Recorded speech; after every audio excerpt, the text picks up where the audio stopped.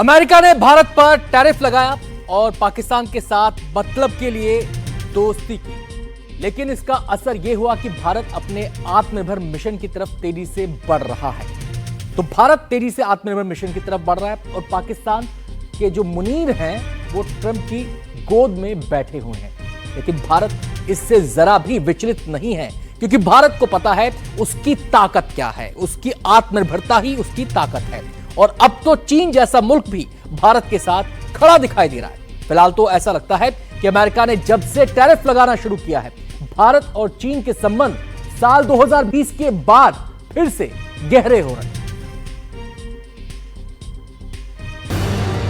Trump का आघात, भारत चीन साथ, भारत चीन रिश्ते रीसेट, ट्रंप होंगे अपसेट, दोस्ती का यही समय, क्या सही समय है? ट्रंप टैरिफ के बाद वैश्विक समीकरण बदल रहे हैं, जिसके साथ भारत भी अपनी विदेश नीति में कई तरह के बदलाव कर रहा है। यही वजह है कि एक बार फिर एशियाई ताकत भारत, चीन और रूस एक ही पर्दे के नीचे नजर आ रहे हैं।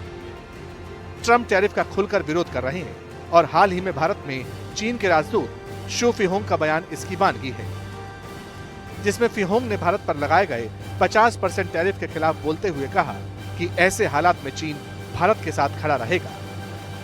The United States has long been benefited greatly from free trade, but now it is using tariffs as a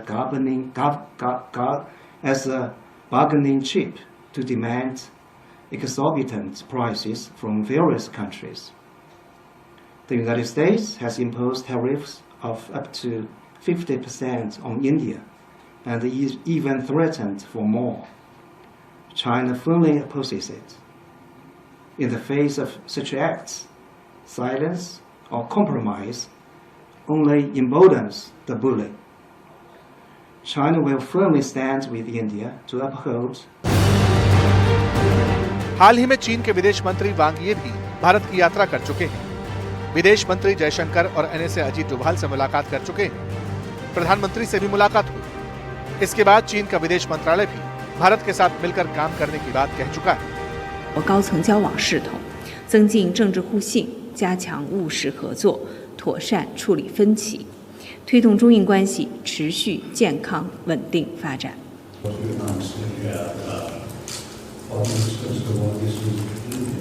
那么新一次的特待会晤，我们期待同印方一道，首先落实好已经达成的共识。那么在此基础上，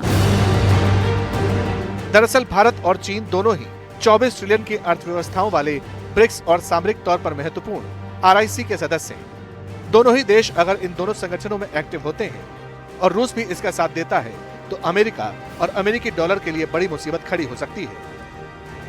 लेकिन सवाल है, क्या चीन पर इतना भरोसा करना ठीक है?